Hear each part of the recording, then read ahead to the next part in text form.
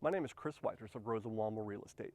I know enough about the weather in eastern North Carolina to know it's very unpredictable. Last week we had some unseasonable and slightly unreasonable cold weather. It's nice outside today, but you can bet over the coming months it's going to get cold again. Today I want to talk a little bit about the ways you can winterize your home to make sure you are prepared for the colder temps. Protecting your pipes is one of the first lines of defense against freezing. I use these quick and easy styrofoam covers, and any pipes exposed you can wrap with insulation. Another way to keep old man winter from your plumbing is to cut off the water supply to any exterior faucets.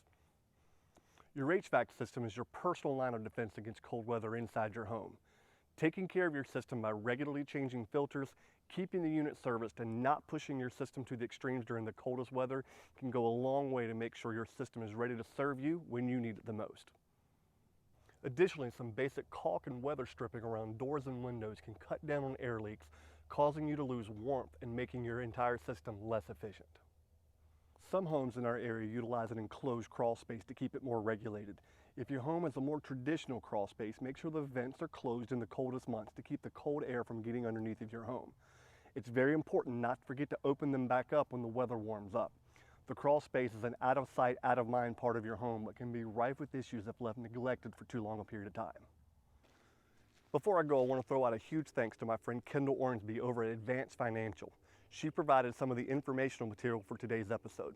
I'll throw her contact info on the screen here. Give her a ring if you're looking for a great lending partner.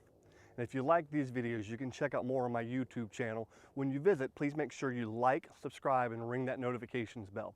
You can also check out my website at chriswhitehurst.com or touch base with me on most social media platforms. I've got more great content coming soon. Until next time, I'm Chris Whitehurst. Welcome home.